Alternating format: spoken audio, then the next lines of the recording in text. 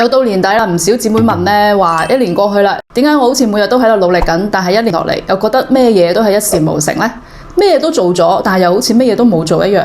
今日呢，我就同大家分享3個簡單嘅小步驟。首先，明確好目標，確定好努力嘅方向係啱嘅。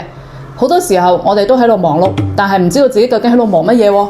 所以呢，要先俾自己設定一個明確嘅目標，諗清楚你究竟係想要乜嘢，定一個短期同埋長期嘅目標。目標越明確呢，你嘅努力先至會越有方向感。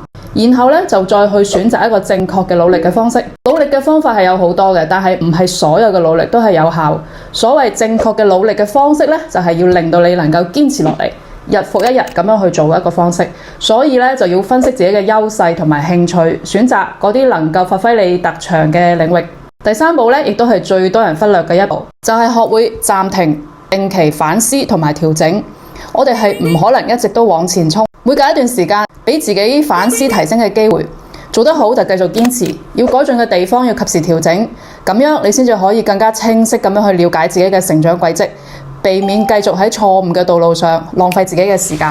而且喺你取得一啲啲嘅小成就同埋進步嘅時候，記得要俾自己一啲獎勵，保持一個積極嘅心態，先至可以更好咁樣去迎接下一個挑戰。